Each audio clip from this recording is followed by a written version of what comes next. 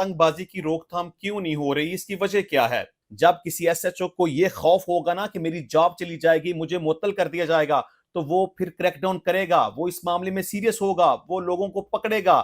ईचीसन college के principal ने एहतजाजन इस्तीफा दे दिया और पाकिस्तान से वापस जाने का ऐलान कर दिया।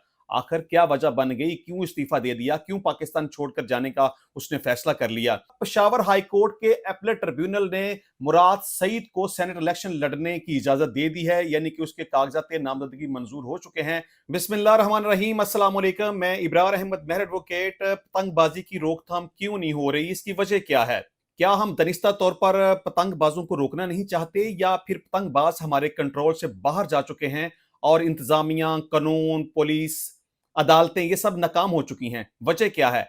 आखिर हम किस तरीके से इस मसले के ऊपर काबू पा सकते हैं? हमें कौन सा ऐसा तरीका अख्तियार करना चाहिए कि हम लोगों को ये समझा सकें कि ऐसा करना गलत है, या ताकत के जोर पर उनको ऐसा करने से रोक सकें? इस टॉपिक के ऊपर बात करेंगे। और इसके अलावा ईचीसन कॉलेज के प्रिंसिपल ने एहतजाजन इस्तीफा दे दिया और पाकिस्तान से वापस जाने का ऐलान कर दिया।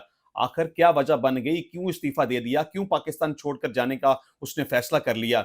और इसके ऊपर गवर्नर पंजाब ने अपना क्या रद्द-ए-अमल दिया, इस टॉपिक के ऊपर बात करेंगे। इसके अलावा पेशावर हाई कोर्ट के अपीलेट ट्रिब्यूनल ने मुराद सईद को सेनेट इलेक्शन लड़ने की इजाजत दे दी है, यानी कि उसके कागजात नामजदगी मंजूर हो चुके हैं। तो हम ये भी डिस्कस करेंगे कि क्या मुराद सईद मंजरे आम पर आएगा, नहीं आएगा, गिरफ्तारी होगी, नहीं होगी, और क्या election commission supreme court of Pakistan में जाएगी इस फैसले के खिलाफ? इस टॉपिक के ऊपर बात करेंगे। हम सबसे पहले मुराद सईद को ही डिस्कस कर लेते हैं, क्योंकि मुराद सईद ने, आप जानते हैं कि मुराद सईद इस वक्त मंजरे आम पर नहीं है। जब से ये 9 मई के वाकयात हुए हैं, उसके खिलाफ काफी सारे मुकदमा दर्ज हुए हैं और वो मंजरे आम पे इस वक्त मौजूद नहीं है। वो रोपूश हुआ है। पुलिस ने उसको पकड़ने की, उसको ट्रेस करने की, उसको गिरफ्तार करने की पूरी कोशिश कर ली है, लेकिन पुलिस अभी तक उसको पकड़ने में कामयाब नहीं हो सकी।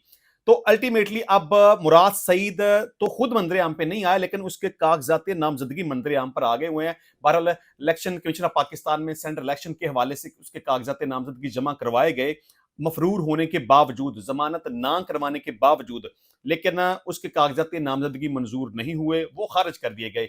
तो उस फैसले के खिलाफ पेशावर हाई कोर्ट के अपीलेट ट्रिब्यूनल के पास उसके कागजात नामजदगी जमा करवाए गए और वहां पे रिक्वेस्ट की गई कि इसके कागजात नामजदगी बिला वजह मुस्तरद किए गए हैं, लिहाजा इनको मंजूर किया जाए ताकि वो सेनेट इलेक्शन में हिस्सा ले सके। तो इस पर पेशावर हाई कोर्ट के अपीलेट ट्रिब्यूनल ने कागजात नामजदगी मंजूर कर लिए हैं और मुराद सईद को सेनेट इलेक्शन में हिस्सा लेने की बाकायदा तौर पर इजाजत मिल गई है। अब यहां एक क्वेश्चन ये पैदा होता है कि आल दो के मुराद सईद को इलेक्शन लड़ने की इजाजत मिल गई है, तो क्या अब वो मंजरे आम पे आ जाएगा, अपनी गिरफ्तारी दे देगा, अपनी जमानत करवाएगा, वो क्या करेगा?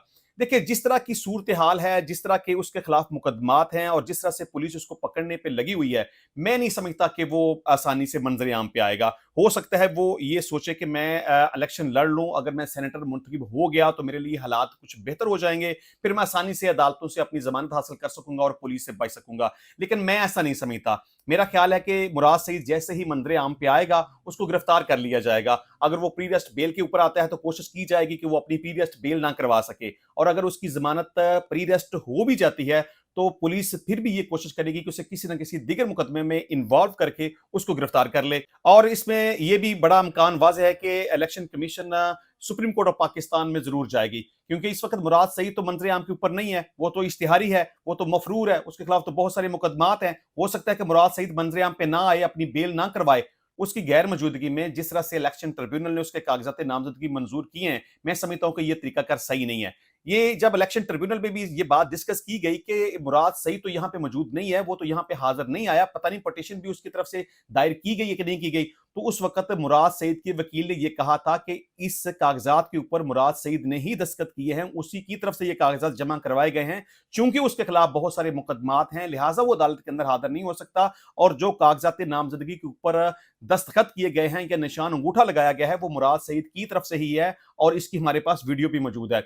लेकिन अगर मुराद सईद मंजरे आम पे नहीं आता तो definitely election commission of Pakistan supreme court में जाएगी और वहां ये मौकफ इख्तियार करेगी कि वो चूंकि मफरूर है, इश्तिहारी है, उसके खिलाफ बहुत सारे मुकदमात हैं और वो यहाँ पे मौजूद भी नहीं है, तो लिहाजा उसके कागजात नामजदगी जो अपीलेट ट्रिब्यूनल ने मंजूर किए हैं वो मुस्तरद किए जाएं। तो मैं समझता हूं कि अगर तो मुराद सईद मंजरे आम पे आएगा या अपनी बेल लेने की कोशिश करेगा तो उसको यकीनन गिरफ्तार कर लिया जाएगा।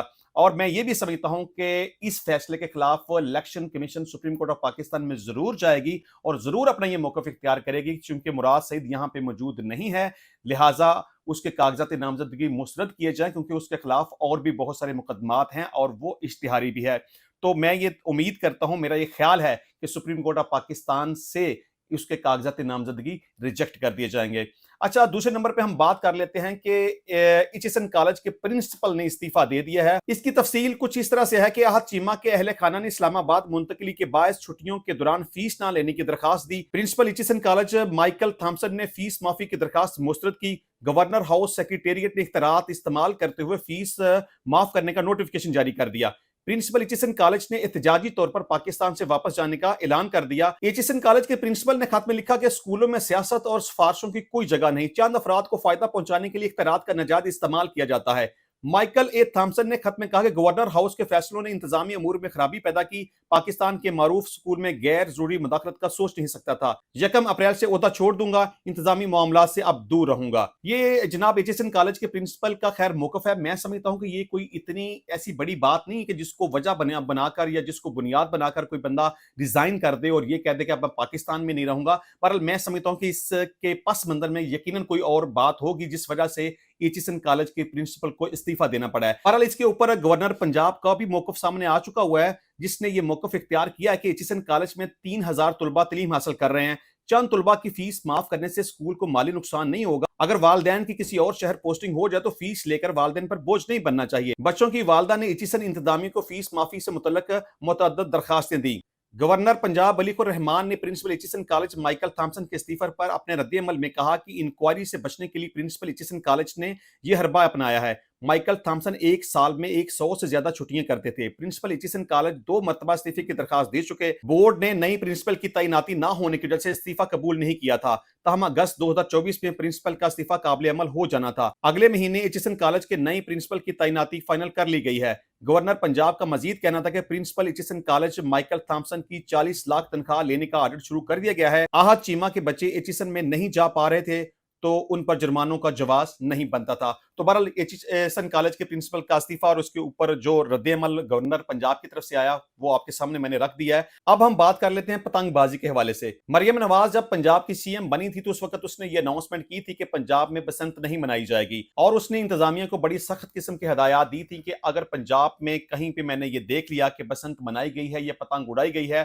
تو اس متعلقہ تھانے کے ایس ایچ او کی خیر نہیں۔ لیکن مریم نواز کی اس اناؤنسمنٹ کے باوجود بھی لوگ پتنگ اڑانے سے باز نہیں آ رہے۔ ہم آئے دن دیکھ رہے ہیں کہ کبھی کوئی پتنگ اڑاتے کرنٹ لگنے سے مر جاتا ہے، کبھی کوئی پتنگ پکڑتے پکڑتے ٹریفک حادثے کا نشانہ بنتا ہے اور مر جاتا ہے، اور ہم اکثر یہ بھی دیکھتے ہیں کہ کسی راہ چلتے شخص کے گلے کے اوپر ڈور پھر جاتی ہے اور اس کی جان چلی جاتی ہے۔ ابھی حالیہ دنوں 2 دن پہلے ایک بڑا ہی ناخوشگوار اور بڑا ہی افسوسناک فیصل آباد کے اندر واقعہ پیش آیا، جبکہ ایک نوجوان افطاری کا سامان لے کر اپنے گھر کی طرف جا رہا تھا کہ اچانک رستے میں ایک قاتل ڈور نے اس کے گلے کو کاٹ دیا اور وہ اسی وقت موقع پر ہی جاں بحق ہو گیا۔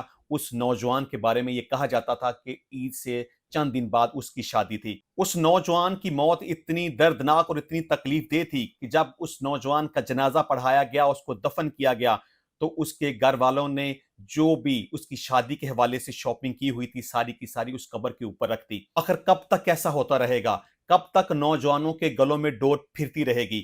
کب تک ہم لاشیں اٹھاتے رہیں گے؟ آخر ہم کیوں نہیں سمجھتے، کیوں اس کا سدباب نہیں کرتے؟ وزیر اعلیٰ کے حکم کے باوجود، انتظامیہ کے باوجود، پولیس کے باوجود، عدالتوں کے باوجود ہم پھر بھی پتنگ بازوں کو کنٹرول کیوں نہیں پا رہے؟ آخر کمی کدھر ہے؟ پرابلم کدھر ہے؟ دیکھیں، اس میں سب سے بڑی اور امپورٹنٹ بات یہ ہے کہ والدین کو پتا ہوتا ہے کہ ان کے بچے پتنگ اڑا رہے ہیں، وہ پتنگ خرید رہے ہیں، وہ ڈور خرید رہے ہیں، وہ چھتوں کے اوپر جا رہے ہیں، پتنگ اڑا رہے ہیں۔ والدین کو پتا ہونے کے باوجود وہ اپنے بچوں کے اوپر سختی نہیں کرتے، ان کو روکتے نہیں ہیں۔ میں سمجھتا ہوں کہ سب سے پہلا اور سب سے بڑا قصور والدین کا ہے کہ جن کی آنکھوں کے سامنے یہ سارا کچھ ہو رہا ہوتا ہے لیکن اس کے باوجود وہ اپنے بچوں کو روکتے نہیں ہیں۔ میں سمجھتا ہوں کہ جس طرح ڈور خطرناک ہے، دوسروں کی جانوں کو ضائع کرتی ہے، والدین کو چاہیے کہ اس کے اوپر اپنا سخت اقدام کرے، بچوں کو روکے، بچوں کو پیار سے روکے، اگر پیار سے نہیں مانتے تو سختی کرے۔ میں سمجھتا ہوں کہ والدین کو چاہیے کہ اپنا فرض ادا کرے، بچوں کو روکے کہ پتنگ بازی سے باز رہیں، اگر بچے باز نہیں آتے تو ان کے ساتھ سختی کرے۔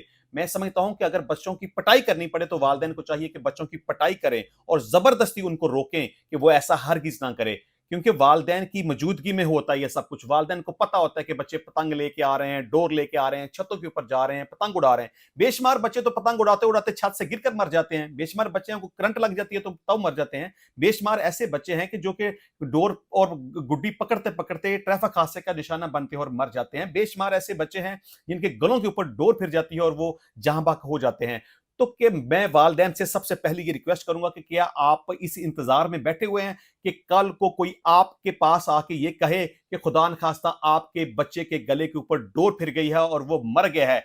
आपको उस वक्त से डरना चाहिए। खुदा न खास्ता वो वक्त आपके ऊपर भी आ सकता है।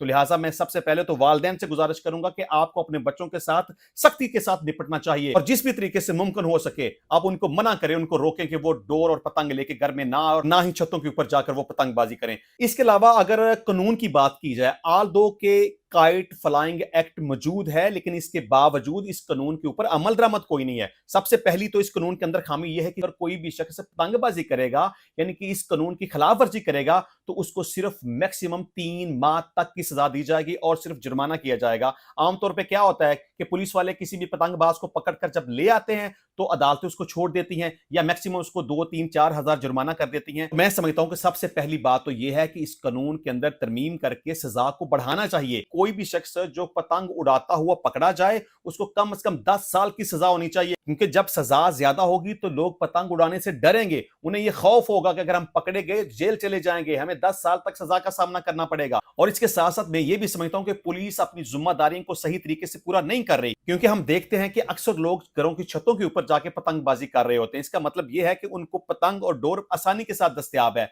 तो जब आम लोगों को, आम नौजवान लड़कों को यह पता है कि पतंग कहां से मिलती है, डोर कहां से मिलती है, तो आप क्या समझते हैं कि पुलिस को इस बारे में नहीं पता कि पतंग कहां से मिलती है और डोर कहां से मिलती है?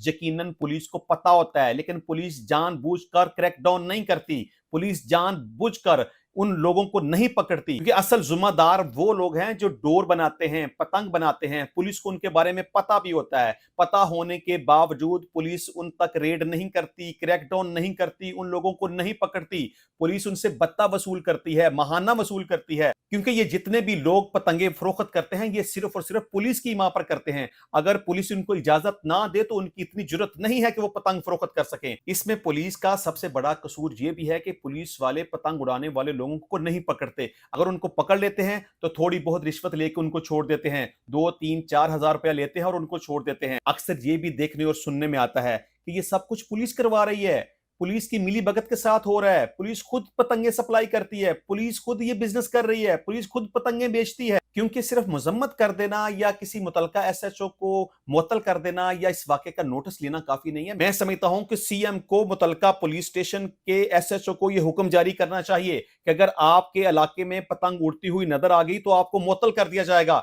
जब किसी एसएचओ को यह खौफ होगा ना कि मेरी जॉब चली जाएगी, मुझे मुअत्तल कर दिया जाएगा, तो वो फिर क्रैकडाउन करेगा, वो इस मामले में सीरियस होगा, वो लोगों को पकड़ेगा और जहां से ये डोर निकलती है, जहां से ये पतंग निकलती है, वहां पे रेड करेगा। जो असल जिम्मेदारान है उनको पकड़ेगा, उनको जेल के अंदर देगा। और यहां पर मैं ये भी समझता हूं कि जहां ये कसूर कानून का है, जहां ये कसूर इंतजामिया का है, जहां ये कसूर पुलिस का है, इसके साथ साथ बहुत सारा कसूर हमारी अदालतों का भी है, क्योंकि इसमें चूंकि सजा बहुत कम होती है। पुलिस वाले जैसे ही कुछ मुलजमान को पकड़ के अदालतों के अंदर ले आते हैं तो अदालतें क्या करती हैं, या तो सेम डे उनको छोड़ देती हैं या सिर्फ एक दिन का नोटिस देकर उनको छोड़ देती है। मतलब कि कोई भी मुलजिम आया, अदालत ने उसको जेल में भेजा और एक दिन के बाद उसकी जमानत ले ली। या अदालतें क्या करती हैं, मैक्सिमम 2-3-4 हजार तक जुर्माना लेती हैं और उस बंदे को छोड़ देती हैं।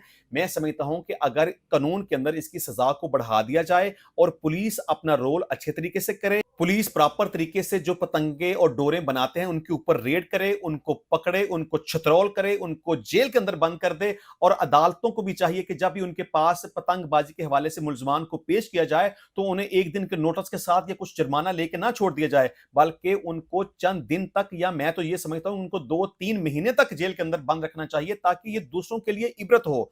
अगर कानून हरकत में आए और पुलिस बेहतर तरीके से अपनी जिम्मेदारियों को पूरा करे और अदालतें भी अपनी जिम्मेदारी को प्रॉपर तरीके से पूरा करें, मैं नहीं समझता कि किसी भी शख्स की इतनी जरूरत है कि वो पतंग खरीद के ले आए, डोर खरीद के ले आए और छतों के ऊपर उड़ाना शुरू कर दे। बहरहाल इस हवाले से वालिदैन को भी अपना किरदार अदा करने की जरूरत है, पुलिस को भी अपना किरदार अदा करने की जरूरत है, इंतजामिया को भी अपना किरदार अदा करने की जरूरत है, अदालतों को भी अपना किरदार अदा करने की जरूरत है। मैं समझता हूं कि अगर ये तमाम अदारे अपनी जिम्मेदारी को पूरा करेंगे تو میں یقین کے ساتھ کہہ سکتا ہوں کہ کوئی بھی شخص اتنی جرت نہیں کرے گا کہ وہ پتنگ اڑائے اور کسی نہ کسی کی جان لینے کا باعث بنے۔ ملتے ہیں نیکسٹ ٹائم نئی ویڈیو میں نئے ٹاپک کے ساتھ، تب تک کے لیے اجازت دیجیے، اللہ حافظ۔